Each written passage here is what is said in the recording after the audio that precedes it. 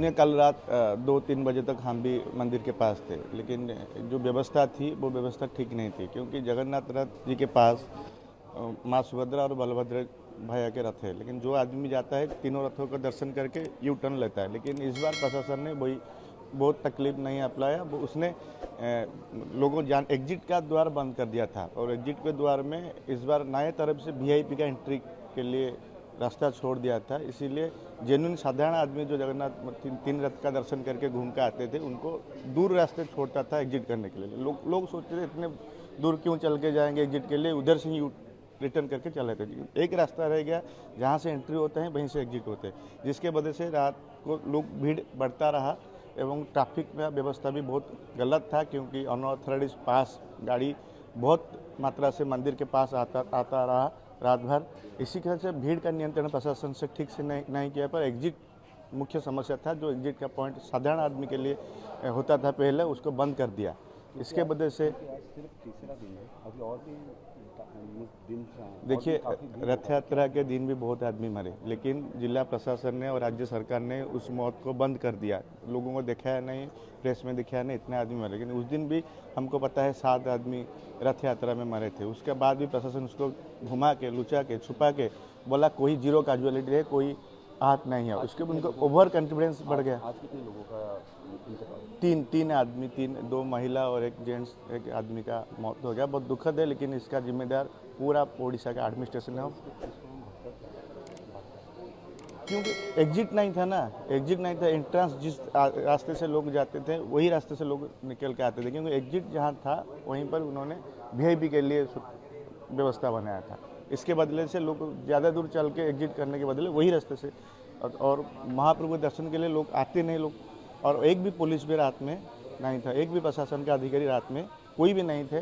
सब वीआईपी का सेवा करके जो उनको वीआईपी के ट्रीटमेंट के लिए उनके रास्ते में खड़ा थे, जिसके वजह से रथ के सामने ये दुर्घटना घटी। राधे राधे राधे राधे राधे श्याम। नीलाचलानिवासाय नित्याय परमात्मने बलभद्र सुभद्राभ्यां श्री जगन्नाथाय ते नमः। जगन्नाथ स्वामी की जय। express the feeling right now? How you feel? We feel very happy. Very happy. Accepted.